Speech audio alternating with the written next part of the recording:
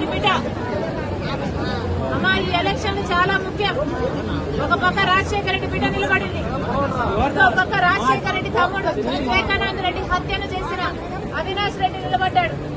అమ్మా, న్యాయం వైపు మీరు నిలబడాలి, ధర్మం వైపు మీరు నిలబడాలి. ఈ బిడ్డను చూస్తున్నారు మీరు. వాళ్ళ నాన్నను క్రూరంగా హత్య చేశారు, అయినా కూడా వాళ్ళకే ఇచ్చాడు జగనన్న గారు టికెట్.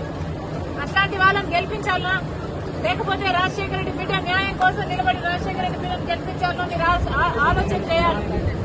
అమ్మా, ఓటు అనేది మీ చేతుల్లోని ఆయుధం.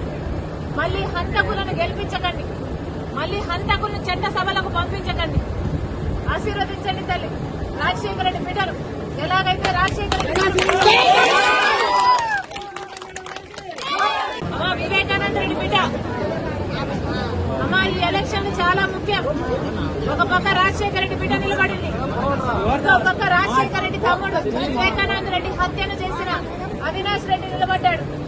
అమ్మా, న్యాయం వైపు మీరు నిలబడాలి, ధర్మం వైపు మీరు నిలబడాలి. ఈ బిడ్డను చూస్తున్నారు మీరు. వాళ్ళ నాన్నను క్రూరంగా హత్య చేశారు, అయినా కూడా వాళ్ళకే ఇచ్చాడు జగనన్న గారు టికెట్. అట్లాంటి వాళ్ళని గెలిపించాలనా, లేకపోతే రాజశేఖర రెడ్డి బిడ్డ న్యాయం కోసం నిలబడి రాజశేఖర రెడ్డి బిడ్డను గెలిపించాలో మీరు ఆలోచన చేయాలి. అమ్మా, ఓటు అనేది మీ చేతుల్లోని ఆయుధం. మళ్లీ హంతకులను గెలిపించకండి, మళ్లీ హంతకులను చట్ట సభలకు పంపించకండి. ఆశీర్వదించండి తల్లి రాజశేఖర రెడ్డి బిడ్డను.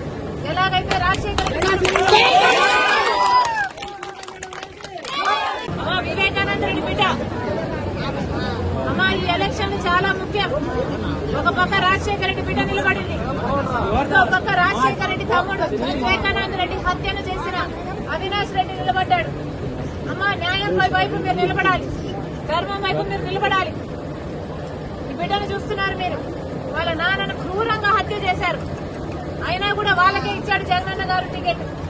అట్లాంటి వాళ్ళని గెలిపించాలనా, లేకపోతే రాజశేఖర రెడ్డి బిడ్డ న్యాయం కోసం నిలబడి రాజశేఖర రెడ్డి బిడ్డను గెలిపించాలో మీరు ఆలోచన చేయాలి. అమ్మా, ఓటు అనేది మీ చేతుల్లోని ఆయుధం. మళ్లీ హంతకులను గెలిపించకండి, మళ్లీ హంతకులను చట్ట సభలకు పంపించకండి. ఆశీర్వదించండి తల్లి రాజశేఖర రెడ్డి బిడ్డను. ఎలాగైతే రాజశేఖర రెడ్డి